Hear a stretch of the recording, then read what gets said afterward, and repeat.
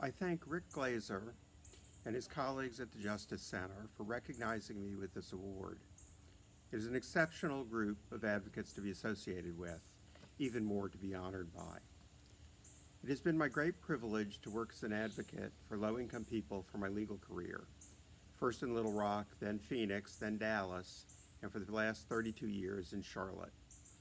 I've had the opportunity to represent countless individual clients who desperately needed legal assistance, to be part of, build, and manage exceptional organizations, to work with truly exceptional colleagues, and with many others who are involved as board members, volunteers, contributors, and in other roles.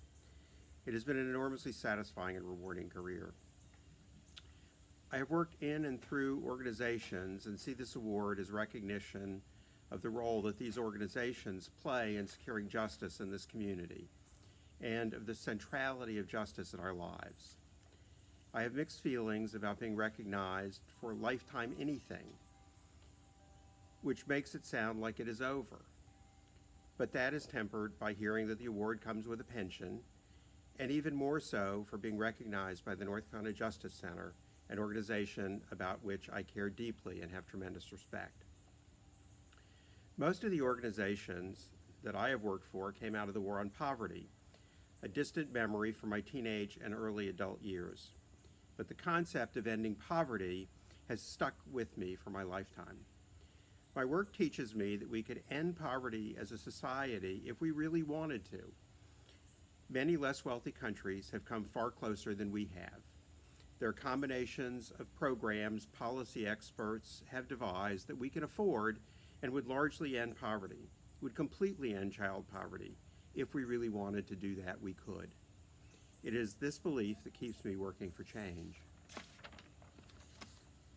Throughout my career, I have believed that racial justice is a necessary stop on the road to end poverty, and that our failure to address the deep racism in our society is a primary reason why we do not succeed. Our society's racism is systemic in ways that are structural and abstract, but also a deep psychological trait that we see and know and tolerate and support in specific ways. Police violence against Black people is not urgent because it is new. Black people, and white people who cared to know, have known about it forever. What is new is ubiquitous cell phone video that makes the reality of this violence inescapable. We have tolerated it forever. It is time now to make it end because it is our moral obligation to do so. It is also a major step forward to ending poverty. I have fought my whole career for the principle that poor people's lawyers must have the same undiluted loyalty to their clients and the same high level of competence as private lawyers. I have also fought for poor people's lawyers to have all the tools that wealthy people's lawyers have, to use every tool in the litigation toolbox, to lobby elected officials and government agencies, to represent even and especially the most disfavored people.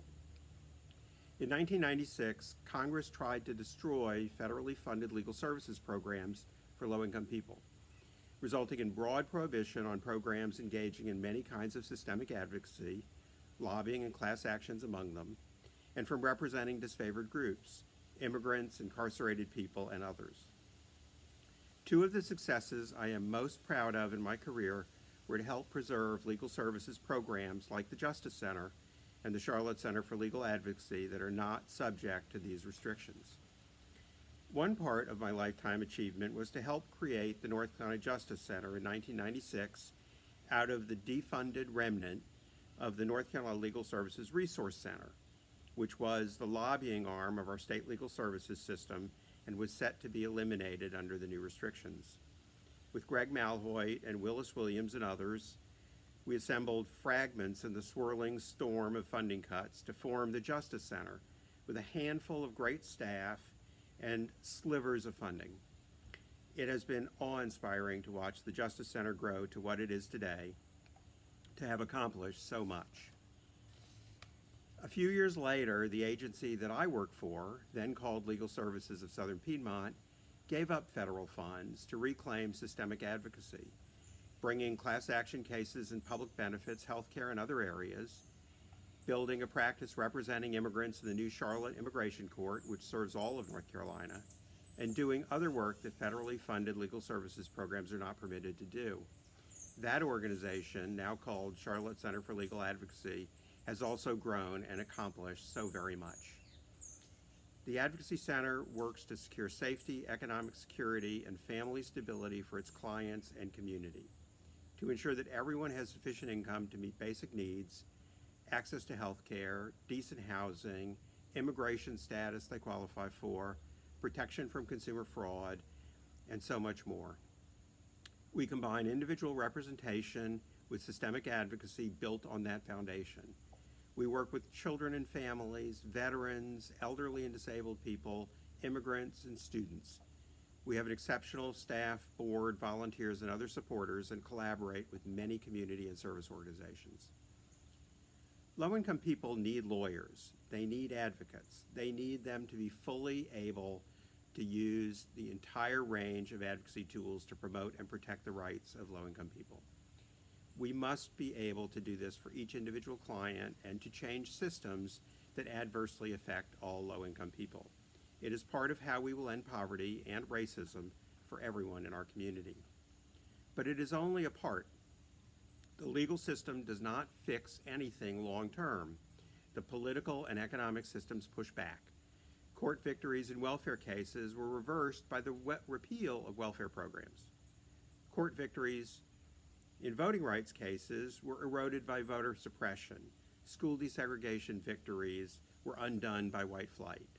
We also need the political and economic systems to work to end poverty and racism, and to do that, we need to work beyond the legal system. So much is on the ballot this November. Please, please vote. Get everyone you know to vote. Protect fair elections. Work for and contribute to the candidates you support. Use your vote, your time, and your resources in this election in the best way you can determine to end poverty and racism. We can do this together. Thank you.